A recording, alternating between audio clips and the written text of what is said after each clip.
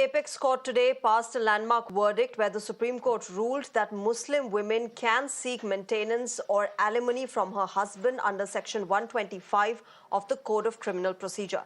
A bench of Justices B.V. Nagaratna and Augustine George Massey, which pronounced a separate but concurrent verdict, said that the law for seeking maintenance applies to all married women irrespective of their religion.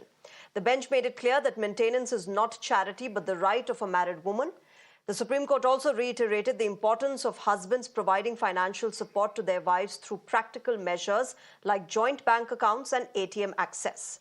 The verdict, remember, comes after the top court dismissed the petition of Muhammad Abdul Samad, who has challenged the order of the Telangana High Court, refusing to interfere with the maintenance order of the family court. The SC judgment comes as a welcome move for many aggrieved Muslim women who were denied their due rights as married women post their divorces.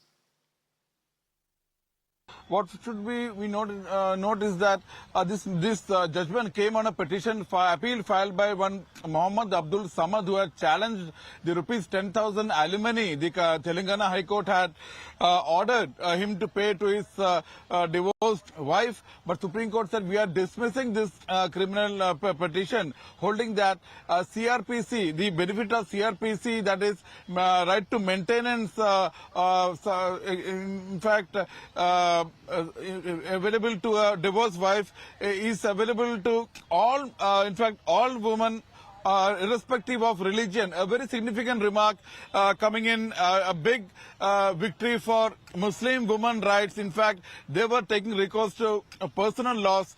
Now the Supreme Court has said that this Section 125 CRPC is a secular law applicable to all religions, and the biggest takeaway is that this is a Shah Bano redux. Remember, in 1985, in a landmark judgment, it was for the first time Supreme Court said that Muslim women can avail Section 125 to avail maintenance. But the Rajiv Gandhi government, a year later in 1986, brought the Muslim women protection of right of divorced women under pressure from fundamentalists, in fact, conservative and militant Muslim leaders.